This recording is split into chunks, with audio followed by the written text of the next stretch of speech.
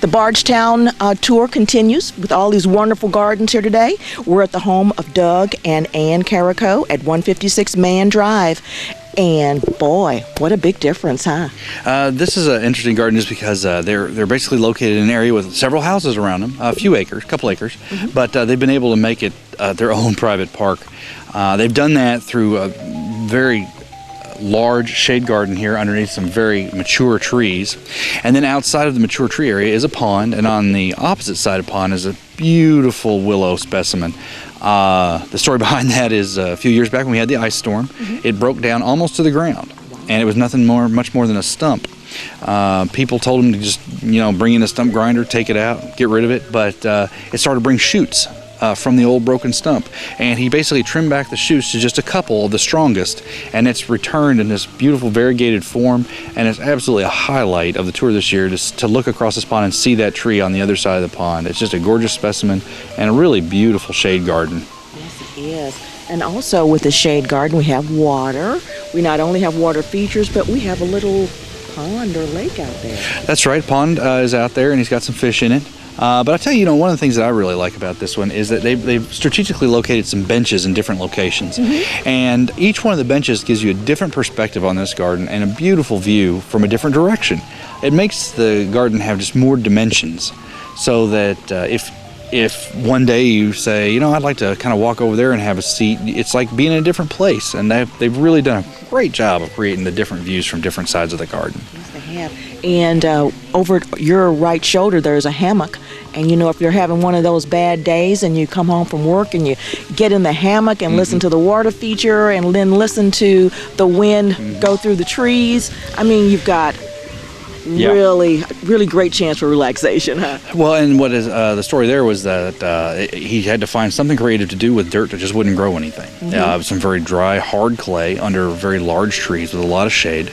So the combination of poor soil and no light led him to have to do something a little more creative, a little bit different. So what they did is they created a rock border, added in gravel, and then they put in a hammock. So it's a nice shady spot with a cool breeze, and you can feel the breeze right now. It's probably one of the coolest spots we've stood all day. And we noticed last night as well in the evening that it's just the temperature is extremely low here.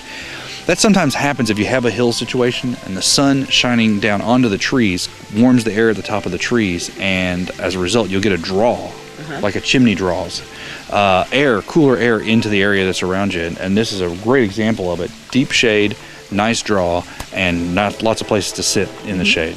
Now, I notice here too, there are some flowers, but most of it's greenery here.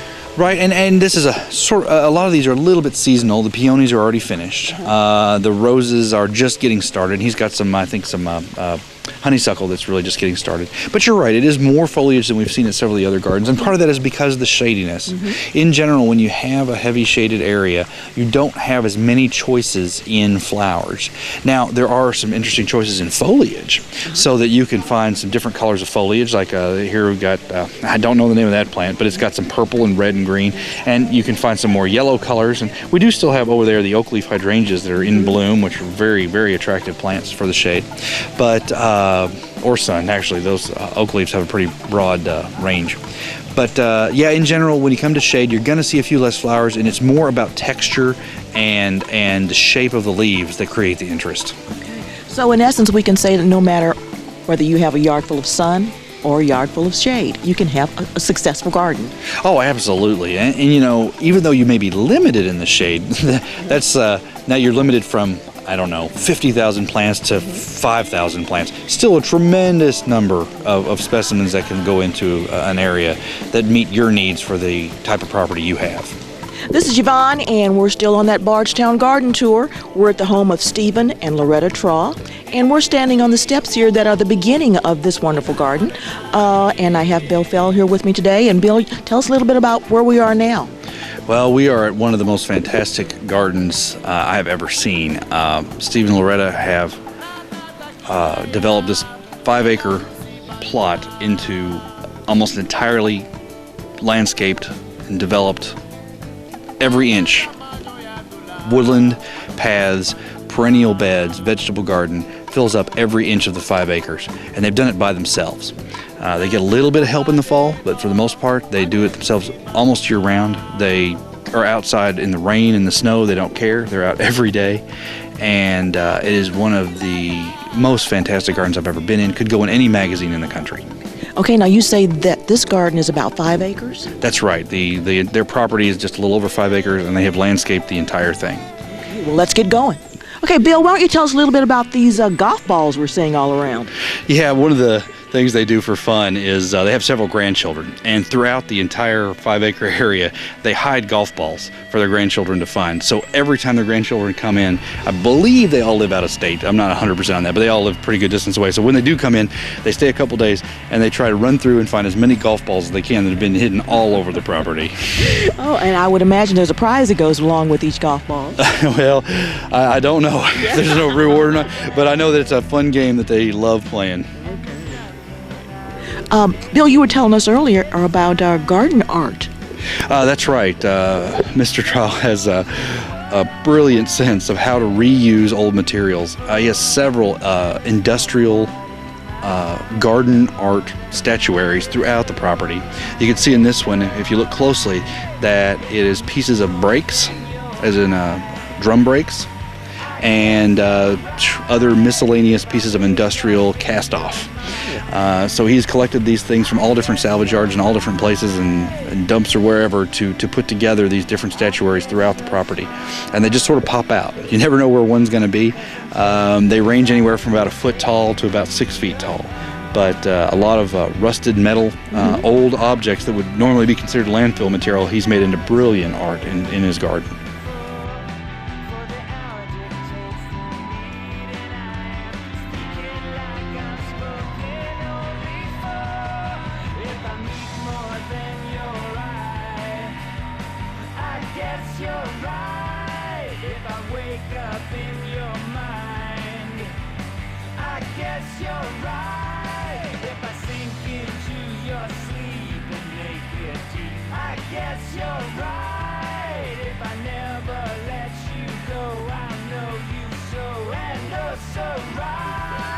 Okay, Bill, what are we looking at here?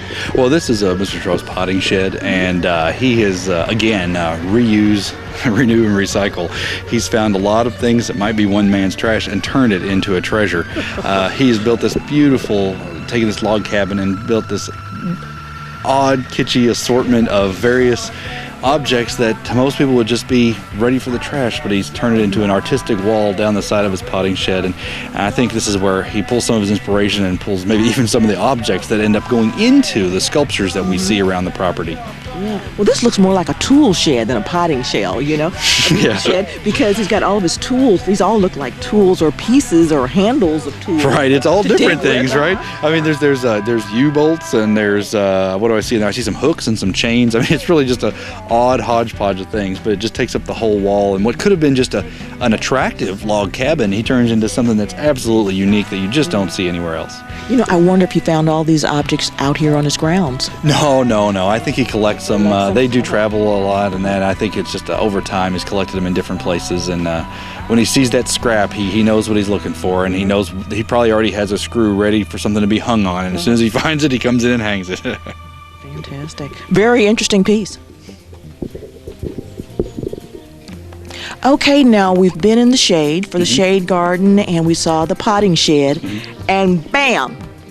Yeah, now we've crossed the boundary. We're Yes. more in Mrs. Trowell's, Loretta's side of the property, and this is some of the stuff she has done. What is amazing, some of the amazing things about this to me, are that they don't have a greenhouse, so they do everything. You know, their workshop for a lot of this stuff is out in the yard. They plant what they need if they like it and it's growing well. They divide it and then move it. Put more of them in other places, and just continue to propagate from the plants that they have instead of going out and buying 500 of whatever the plant is that they want. Well, it looks like she has a scheme here going around the edge of this, and it's also slanted and shaped all the way around the perimeter of this particular area. That's right. The main bed is a kidney shape, and the other side is just a long waving pattern. And what she's also done, I think, is just fantastic, is the mix of texture and color, and leaf shape and leaf size, so that it's just so interesting. On this side, it's mostly yellow, where you can see the pale yellows of the evergreens and the yellow flowers, and then it converts to purples in the smoke trees and the maples, and then it goes to greens, and then back to purples, and then kind of comes back to some softer yellows. It's absolutely a fantastic spot. I mean, I could see somebody wanting to have their wedding here because it's just beautiful from all angles inside this area. Awesome spot, awesome spot.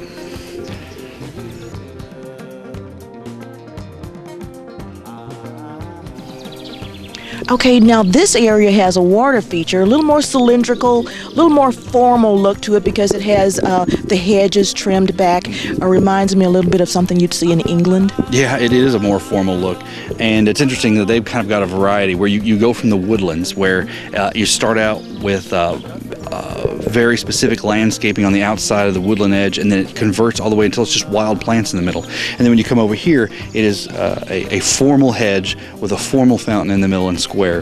And one thing I want to mention too is that if you wonder how two people can do so much, they've done a lot of really excellent planning to cut down on their labor.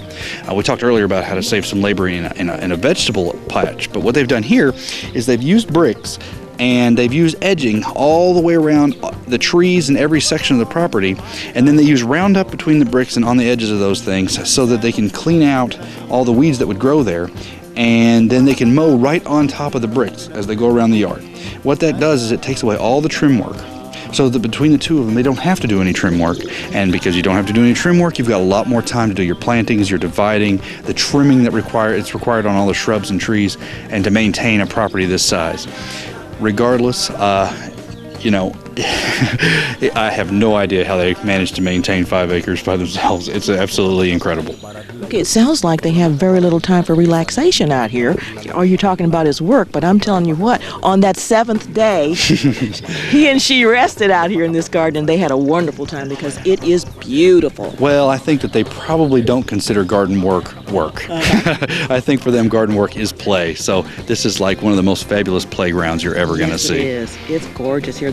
And you know, there are trees in every shape, color, and size. That's right. They've mixed it up so well. It's just amazing to me. It's shape, color, size, exactly right. The leaf shape, the texture, the height, and you can see as you look through the beds that there's different dimensions. That you have a short row, and then a medium height row, and then a tall row, and one leads to another seamlessly. Absolutely breathtaking. Very pleasing to the eye.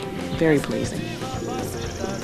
This is Yvonne McNary, and I've been here today with Bill Fell. We've been on the Bardstown Garden Tour. This is the third year. The 10th. 10th year. It's our 10th annual. 10th year, 10th annual. First, second, third, all the way up to the 10th. It's the 3rd year you've been with us, and we appreciate that. We really do. We're glad to be able to share this. We're glad that the folks that couldn't make it here today get a chance to come out and see some of the wonderful things people here in Nelson County are putting together. Of course, we're going to have another tour next year. We're going to have the 11th. It should be the Saturday before Father's Day weekend.